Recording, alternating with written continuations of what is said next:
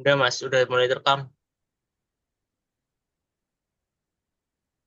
Langsung itu aja, mulai Oh aja ya, wis. silakan Mas di share screen. Hmm, share screennya mana Mas? Bentar.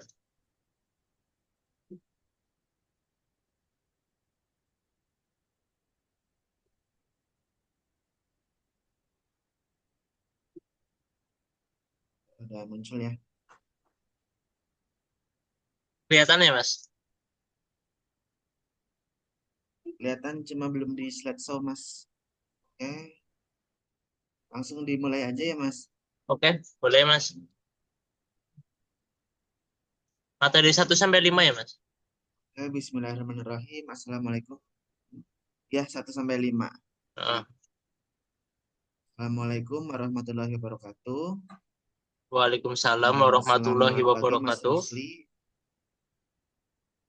Selamat pagi. dan teman-teman semua. Ya, jadi di sini kami atau kita akan menjelaskan terkait dengan hukum obat rekayasa genetik dalam fikih kontemporer. Jadi di sini dengan dosen pengampu dengan Bapak Dr. Darajat Magister Agama. Boleh lanjut Mas Rusli.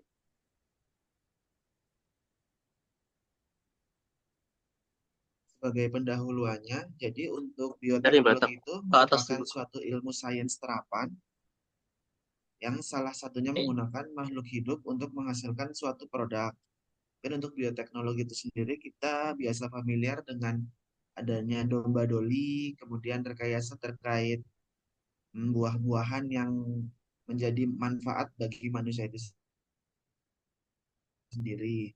Kemudian dalam hal ini rekayasa genetik itu merupakan salah satu ilmu yang termasuk kategori baru dan kewajiban bagi seorang muslim itu bisa mempelajari tentang ilmu-ilmu baru, ilmu-ilmu baru yang terkini sehingga hal tersebut sejalan dengan ayat pertama yang diturunkan oleh Allah yaitu berupa ikro atau bacalah.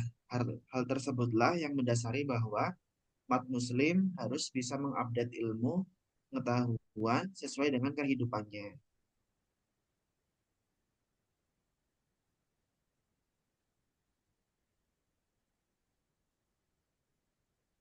Lanjut Mas Rusli. Kemudian ini ada beberapa kutipan dari Badan POM dan Diah Ratna Dewi. Jadi bioteknologi farmasi itu merupakan salah satu teknologi yang dapat membantu mengatasi beberapa problematik yang belum terpecahkan. Sehingga perlu ada terobosan baru untuk mengatasi, yaitu dengan dilakukannya teknologi rekayasa genetika. Sumba. Untuk produk rekayasa genetik itu adalah organisme hidup, hasil olahannya yang memiliki susunan genetik yang baru dari hasil penerapan bioteknologi modern. Sedangkan untuk pangan produk rekayasa genetika atau transgenik adalah pangan yang diproduksi menggunakan bahan baku, bahan tambahan pangan, dan bahan lain yang dihasilkan dari proses rekayasa genetika. Ini berdasarkan pengertian dari Badan POM pada tahun 2006. Next, Mas Rusli. Nah, di sini ada beberapa penelitian nih terkait rekayasa genetik. Jadi ini ada peneliti bernama Imam Amrusi Jailani, kemudian ada M. Arsyad Al-Qadafi, ada Fitri Rahmi Fadilah, kemudian ada Muhammad Ilham Arofik, dan Firman Rezaldi. Jadi di sini itu untuk Imam Amrusi Jailani pada tahun 2018 dia itu melakukan penelitian terkait dengan kontribusi ilmuwan muslim dalam perkembangan sains modern. Dan dari penelitian tersebut ditarik kesimpulan bahwa metode berpikir yang diramu oleh para pemikir muslim yaitu membuat cara pandang yang lebih elegan dengan membongkar metode berpikir tekstualisme dan doktrinal yang menghasilkan pemikiran yang kontekstualis sehingga akan menghasilkan pemikiran yang lebih rasional dan sistematis. Kemudian untuk penelitian yang kedua itu penelitiannya Arsyad Al-Ghadafi pada tahun 2024 itu judulnya adalah Islam dan kontribusinya terhadap perkembangan ilmu pengetahuan, yaitu suatu telaah dengan kesimpulan bahwa kontribusi Islam terhadap perkembangan ilmu pengetahuan, khususnya dalam bidang matematika dan kedokteran. Dalam hal demikian, para ilmuwan tidak hanya mengangkat peradaban Islam, tapi juga mengembangkan ilmu pengetahuan di dunia barat. Kemudian untuk penelitian yang ketiga, yang dilakukan oleh Fitri Rahmi Fadilah dan kawan-kawan pada tahun 2021 itu terkait dengan naratif review, yaitu metode analisis produk vaksin yang aman dan halal berdasarkan perspektif bioteknologi, yang mana vaksin merupakan salah satu produk hasil dari bioteknologi, di mana salah satu penyusun vaksin berasal dari hewan kuda maupun babi. Dalam hal penelitian ini, untuk mendeteksi kandungan dari vaksin tersebut menggunakan alat berupa PCR, sehingga dapat mendeteksi kandungan dari vaksin tersebut. Kemudian penelitian selanjutnya yang dilakukan oleh Muhammad Ilham Arofik pada tahun 2021 dengan judul Rekayasa Genetika Tanaman Pangan dalam Pandangan Islam. Jadi dari penelitian tersebut dapat disimpulkan bahwa sebagian besar produk tanaman yang tersebar di Indonesia itu masuk sebagai kategori tanaman yang transgenik. Tanaman tersebut memiliki banyak kekhasiatan dibandingkan dengan efek negatifnya, sehingga Majelis Ulama Indonesia itu memperbolehkan penggunaan tanaman tersebut, tapi tetap dalam pengawasan dan izin dari pemerintah. Jadi untuk tanaman itu bisa dimodifikasi sedemikian rupa supaya hasilnya itu lebih bagus dan mudah untuk dikembangbiakan. Kemudian untuk penelitian terakhir ini dari Firman Rezaldi dan kawan-kawan pada tahun 2024 itu melakukan kajian pustaka, yaitu terkait isu-isu terkini mengenai produk bioteknologi yang mengarah pada rekayasa genetika atau GMO, Generally Modified Organism, sehingga serta tidak terbukti secara ilmiah merugikan dari sudut pandang baik hukum, peternakan, pertanian, dan farmasi. Dari penelitian tersebut, ditarik kesimpulan bahwa rekayasa genetika itu pada dasarnya tidak memiliki bukti yang merugikan bagi masyarakat. Justru malah sebaliknya. Jadi hasil dari rekayasa genetika ini bisa digunakan untuk pengobatan. Hal ini dapat dibuktikan dengan beberapa kajian hukum dan ilmiah lainnya dengan melihat aspek peternakan, pertanian, maupun farmasi. Next, Mas Rusli.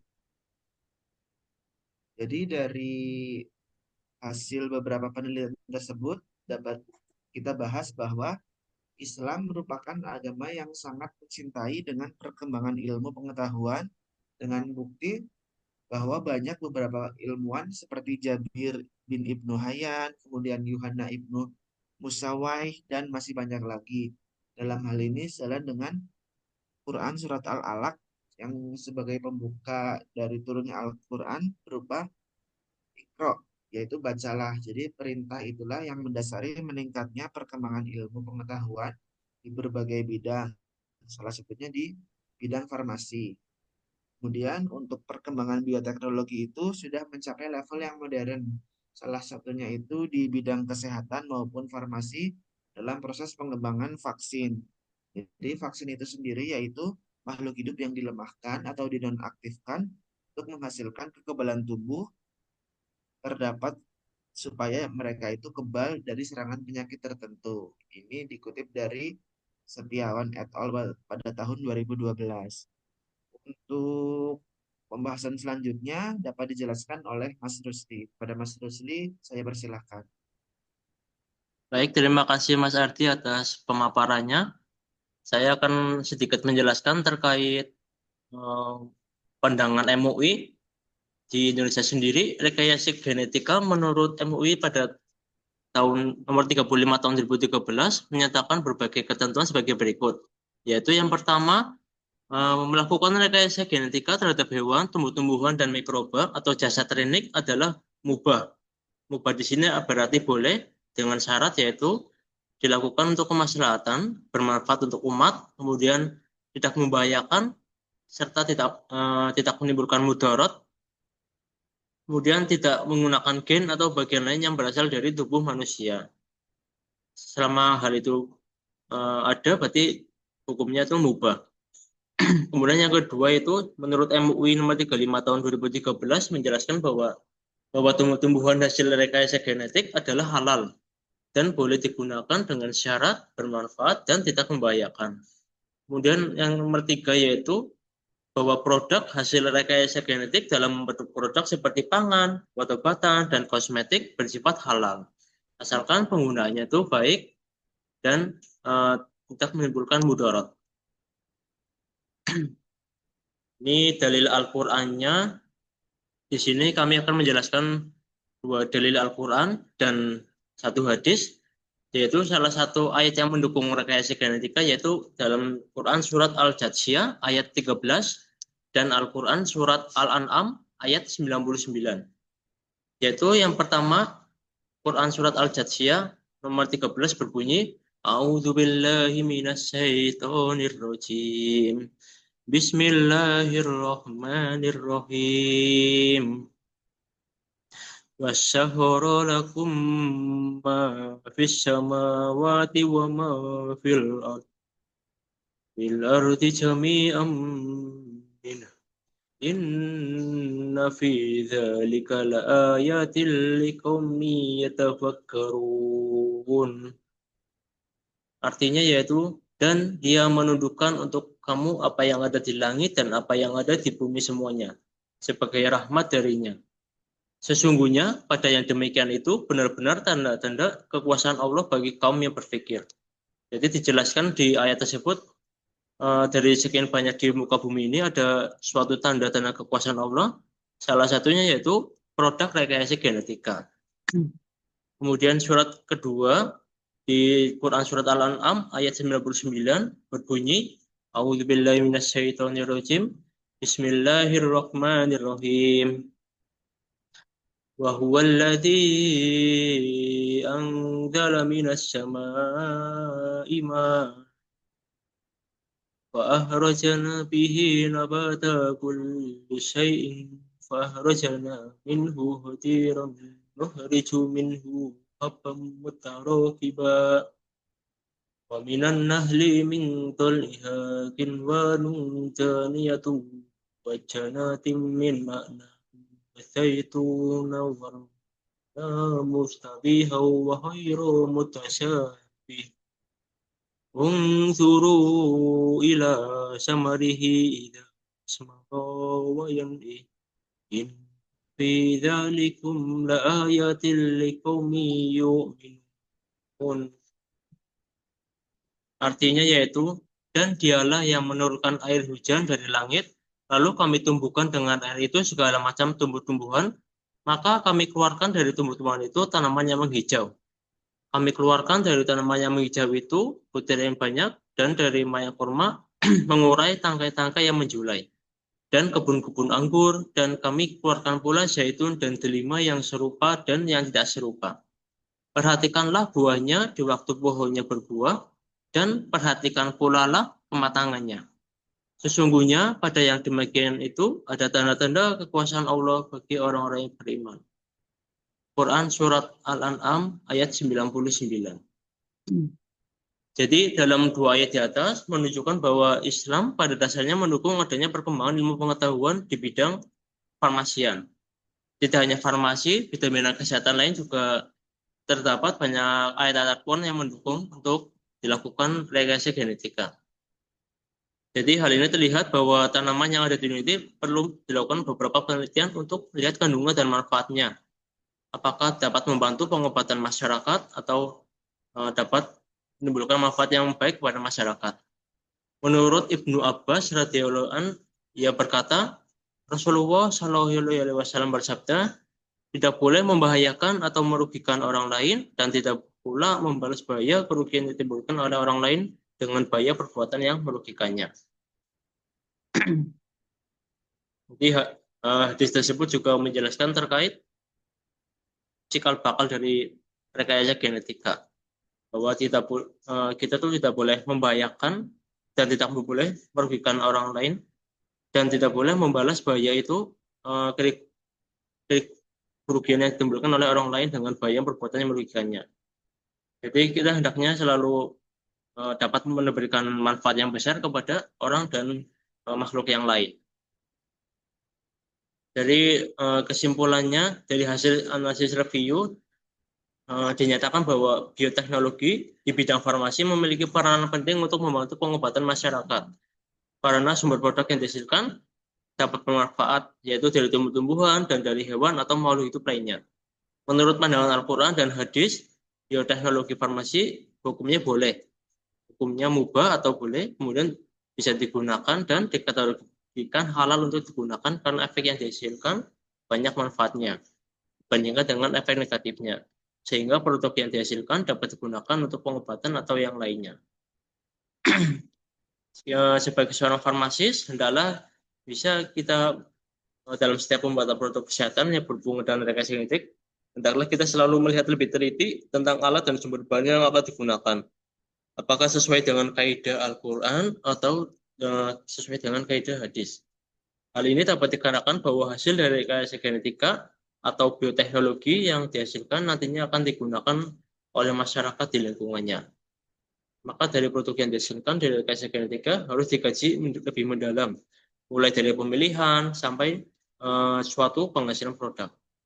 Jadi hasil produk yang sudah jadi harus melewati pemerintah atau badan agar ada kegiatan pengecekan kembali oleh pemerintah. Sehingga ketika terjadi hal yang tidak diduga, hal yang tidak diinginkan, pemerintah dapat bertanggung jawab dan bisa mengatasinya dengan kemampuannya.